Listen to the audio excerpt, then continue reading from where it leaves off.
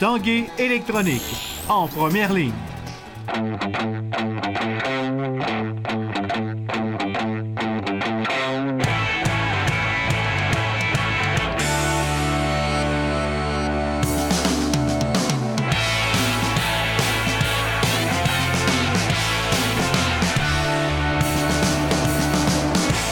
Salut, ici Jonathan Fournier, bienvenue à l'Esprit sportif. Aujourd'hui à l'émission, on démystifie le sport gaélique qui est le hurling, mais tout d'abord parlons de golf, le plus haut calibre de golf de passage dans toute la région de la capitale nationale cet été. C'est ici même au club de golf de Cap-Rouge pour la classique Bâton Rouge aujourd'hui, une compétition du circuit Canada Pro Tour. J'en ai profité pour discuter avec quelques joueurs de golf professionnels de Québec.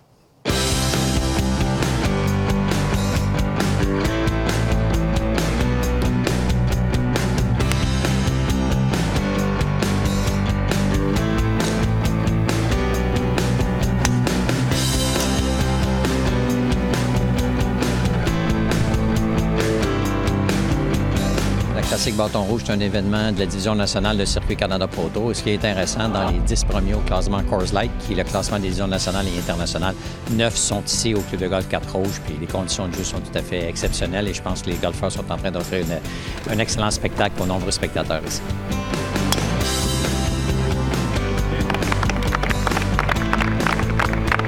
C'est un parcours, je vous dirais, typique des années 60, de grands arbres. Les bois sont bien nettoyés. Je pense que les golfeurs ont la chance d'attaquer les verts. Les verts sont en excellentes conditions, sont rapides. Personnellement, je pense que le plus important ici, c'est de bien sortir du tee. Si tu positionnes la balle en jeu, surtout que là, c'est venteux, tu mets la balle en jeu pendant 18 trous, tu es presque assuré d'avoir un bon score parce que le terrain n'est pas excessivement long, puis les verts sont quand même assez réceptifs présentement. Si tu sors bien du tee, tu vas avoir du succès.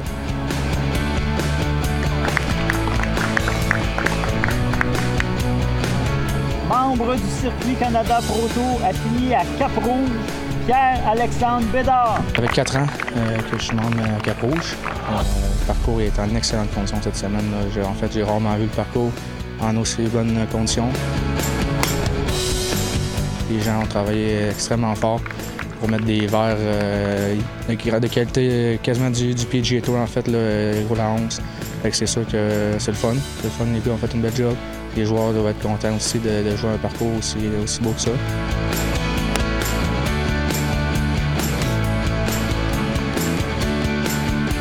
Il y a des golfeurs d'ici qui performent bien et pour le tournoi et sur le circuit. Parlons entre autres de Sonny Michaud. Oui, Sonny Michaud est un joueur de la relève, parce que la relève au golf, on sait, ce n'est pas nécessairement 22-23 ans, alors il a 26 ou 27 ans. C'est un joueur qui joue à plein temps sur le circuit, autant les divisions provinciales, nationales qu'internationales. Le calibre de jeu est de plus en plus relevé. Il y a des Ontariens, ça c'est un tournoi ouvert à la division nationale. Fait qu'il y a des Ontariens, il y a même des gars d'un peu plus loin qui se déplacent aussi. Ce qui fait que le contingent est beaucoup plus relevé que ce qu'on connaissait dans le passé avec l'AGP. Là, maintenant, c'est ouvert. Ce qui fait qu'il y a de plus en plus de calibres. C'est très le fun. Ça fait maintenant 11 mois que je suis professionnel. Je fais ça à temps plein.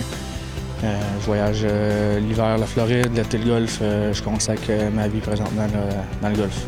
Ça ressemble à quoi l'horaire d'un joueur professionnel qui est basé à Québec? Ça ressemble à une valise bien remplie qui voyage énormément. On va dans le coin des alentours de Toronto. On joue sur plusieurs circuits, dont entre autres le circuit Canada Pro Tour, qui est vraiment notre circuit qui a le plus de tournois. Pierre-Alexandre Bédard, 22-23 ans, il a remporté son premier tournoi professionnel. C'est le plus jeune professionnel du circuit Canada Pro Tour à remporter un événement. Il a remporté le tournoi des maîtres au club de golf BIC. Ta saison jusqu'à maintenant, comment ça se porte sur le circuit canadien Pro Tour? Ça va super bien. J'ai commencé la saison avec une victoire à Rimouski au mois de juin. Ça m'a relancé quand même. Première victoire chez les professionnels. J'attendais une victoire aussi depuis longtemps, même une carrière amateur qui a beaucoup de belles performances sans victoire. Présentement, sinon, j'ai fait le Québec Open la semaine passée à Saint-Georges. J'ai été dans le dernier groupe de leaders les 2 derniers jours. J'étais en bonne position pour une victoire. J'ai fini 6e. Une autre belle performance pour moi. Sinon, c'est ça, avec Cap-Rouge cette semaine, puis la Coupe Canada à Victoriaville qui s'en vient. Une belle séquence des beaux résultats s'en viennent encore. Et puis, naturellement, on ne peut pas passer outre à Marc-Étienne Bussière, qui joue très bien ici et qui a gagné ou remporté la semaine dernière le prestigieux Autonome du Québec Can-Am, un événement international avec plus d'une centaine de golfeurs provenant d'un peu partout au Canada et des États-Unis. Également un invité de marque, David Moreland. Oui, on est très chanceux. On sait que David Moreland est un ancien joueur sur le circuit de la PGA. Il a joué plus de 120 tournois sur le circuit américain. Il a 3 top 10. Il a des victoires sur le circuit nationwide, sur le circuit canadien. Le fait qu'il a perdu sa carte, c'est grâce à un grave accident automobile en 2010. Et là, présentement, il se prépare à retourner, mais cette fois-ci sur le circuit des champions, le Champion Tour réservé aux joueurs de 50 ans et plus. On est extrêmement choyés. Il participe à nos événements cette année. Il trouve le circuit fort intéressant, un bon calibre de jeu. On a été extrêmement bien accueillis au Club de golf Cap-Rouge. Les infrastructures pour un événement national autant que pour un événement international sont adéquates. Alors, pour le moment, là, je vous dirais que c'est extrêmement positif que l'on revienne en 2018. Et j'ai déjà eu des pourparlers avec certains membres du bureau de direction et également, eux sont réceptifs au retour d'un événement ici en 2018.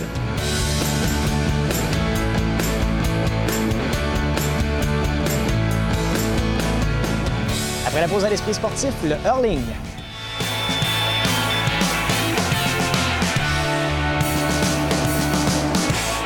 L'Esprit sportif souligne les 25 ans de la Coupe Banque Nationale présentée par IGA. C'est là où tout commence pour les plus grandes joueuses de tennis au monde. Les sœurs Williams, Maria Sharapova, Jennifer Capriati et Eugénie Bouchard ont figuré parmi les grandes joueuses de la Coupe Banque Nationale au cours des dernières années. Célébrez les 25 ans de la Coupe Banque Nationale du 9 au 17 septembre au PEPS de l'Université Laval. Vous y rencontrerez les étoiles montantes de la WTA. Là où tout commence, une invitation de l'Esprit sportif.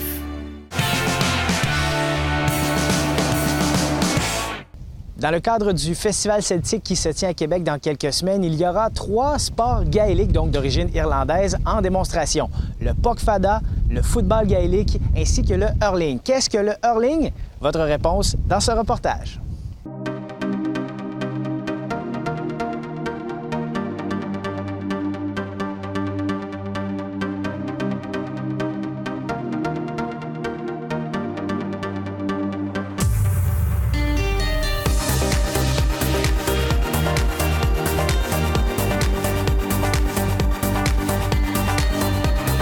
Le hurling, c'est un sport irlandais. Ça fait partie des 2 sports traditionnels irlandais qui sont le football gaélique et puis le hurling. C'est un sport qui se joue avec une crosse qu'on appelle le hurl et puis une balle qui s'appelle le slotar. Le but du jeu, c'est de pouvoir... c'est 2 équipes de 15 qui vont s'affronter. Celle qui marque le plus de buts à gagner. On peut marquer de 2 manières. Dans le but, 3 points, ou entre les poteaux de rugby, 1 point. Je viens de l'Irlande, alors ça a commencé dès le jeune âge de... Je ne sais pas, j'ai commencé à jouer à genre 4 ans, comme les gens qui commencent à jouer au hockey ici quand ils sont kids. Puis ça a continué tout le long de ma jeunesse. J'ai toujours joué au hurling et au football gaélique. Et quand je suis venu ici, quand je suis arrivé à Québec, je voulais partager ce sport-là avec les gens d'ici aussi. Fait qu'on a fondé le club.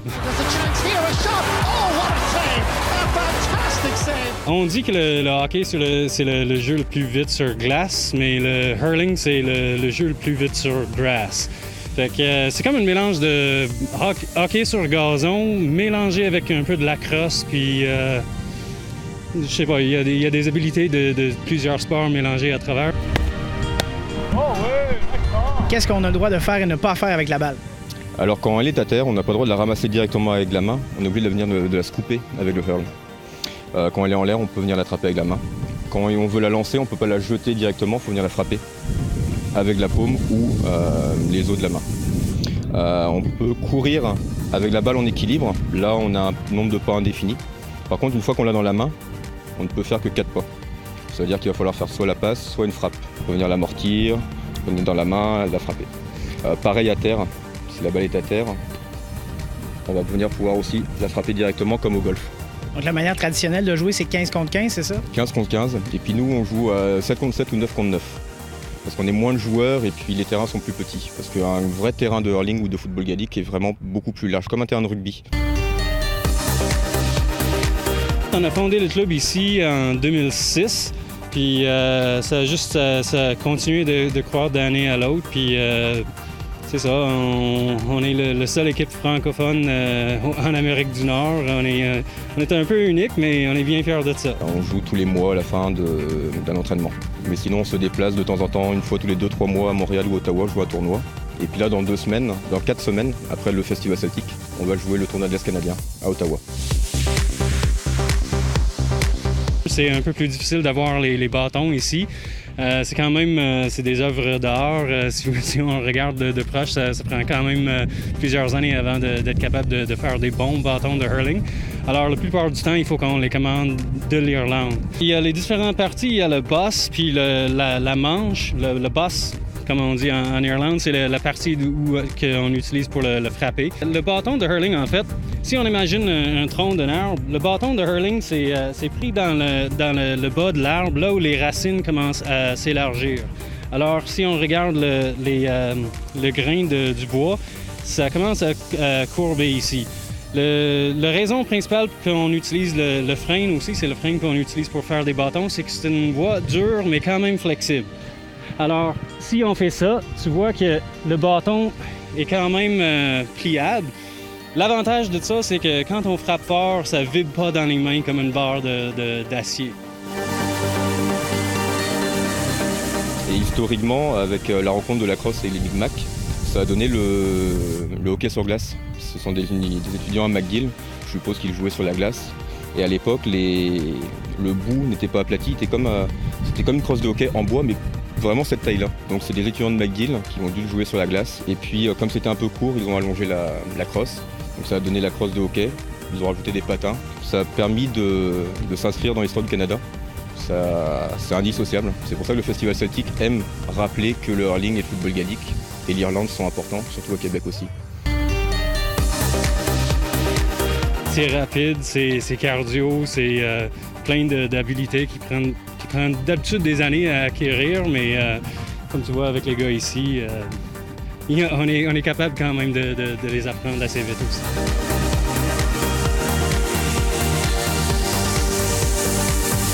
Ici Jonathan Fournier, c'est tout pour l'Esprit sportif. Carl Larouche est de retour demain. On se dit à la prochaine. Ciao!